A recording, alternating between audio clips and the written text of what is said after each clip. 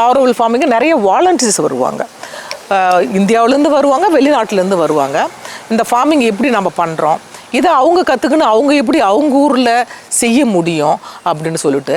So அவங்க வரவங்களுக்கு நம்ம எதாவது சப்போர்ட்டிவாக செய்யலாம், இல்லை அக்கமடேஷன் கொடுக்கலாம், இல்லை சாப்பாட்டு கொடுக்கலாம்.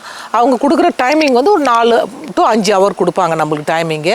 ஃபார்மிங்கு கலெக்ட் பண்ணுறதோ, வீடிங் பண்ணுறதோ, இல்லை பந்தல் போட கற்றுக்கிறது, இந்த மாதிரி விஷயங்கள்லாம் அவங்க பண்ணுவாங்க. ஒரு சில பேர் ஃப்ரெஷராக வருவாங்க, அவங்களுக்கு ஒன்றுமே தெரியாது. பட் நம்ம அதுக்கு டைம் எடுத்து அவங்களுக்கு கற்றுக் கொடுக்குறதும், நாம் எதுவும் அதுங்கிட்ட சார்ஜ் பண்ண மாட்டோம். பட் வந்து நம்மளுக்கு அவங்க வேலை ஃப்ரீயாக செய்வாங்க. நம்ம அக்கமடேஷனோ இல்லை ஃபுட்டோ கொடுத்தா அவங்க நம்மளுக்கு வேலை செய்வாங்க. ஸோ அது ஒரு நல்ல பண்டமாட்டு முறை மாதிரி தான். அவங்க வேலை செய்வாங்க, நம்ம மற்ற உதவிகள் அவங்களுக்கு பண்ணுவோம்.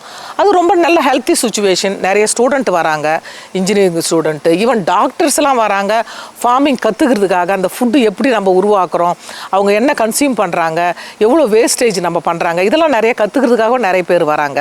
ஸோ இது நல்ல ஒரு ஹெல்த்தி அண்ட் ரிச்சான ஒரு படிப்பறிவு முறை இதுன்னு தான் நான் சொல்ல முடியும். நிறைய கற்றுக்குறாங்க மக்களும்.